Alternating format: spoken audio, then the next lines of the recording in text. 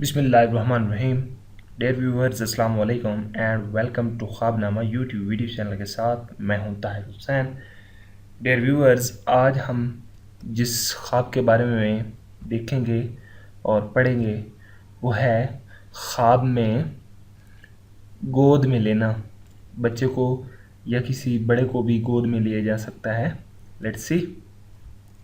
हज़रत मानी रहमतुल्लाह अलैह ने फरमाया, अगर कोई ख्वाब में देखे कि उसने किसी मशहूर आदमी को गोद में लिया है तो उस अमर की दलील है कि वो शख्स नेक और सालेह होगा और दीन की खैर पाएगा। और अगर देखे कि बच्चे को गोद में लिया है तो दलील है कि वो महबूब फर्जंद का खासदार है।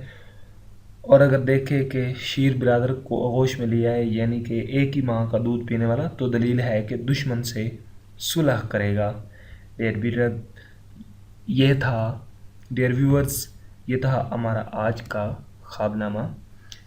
आपको हमारा वीडियोस कैसी लगी? आप हमें सब्सक्राइब कीजिएगा, हमारे चैनल को सब्सक्राइब कीजिएगा, हमारी वीडियोस को शेयर कीजिएगा और कमेंट बॉक्स में कमेंट भी दीजिएगा और अपना फीडबैक ज़रूर दीजिएगा। एक नई वीडियो के साथ मिलते हैं, जब तक के अल्लाह हाफिज़।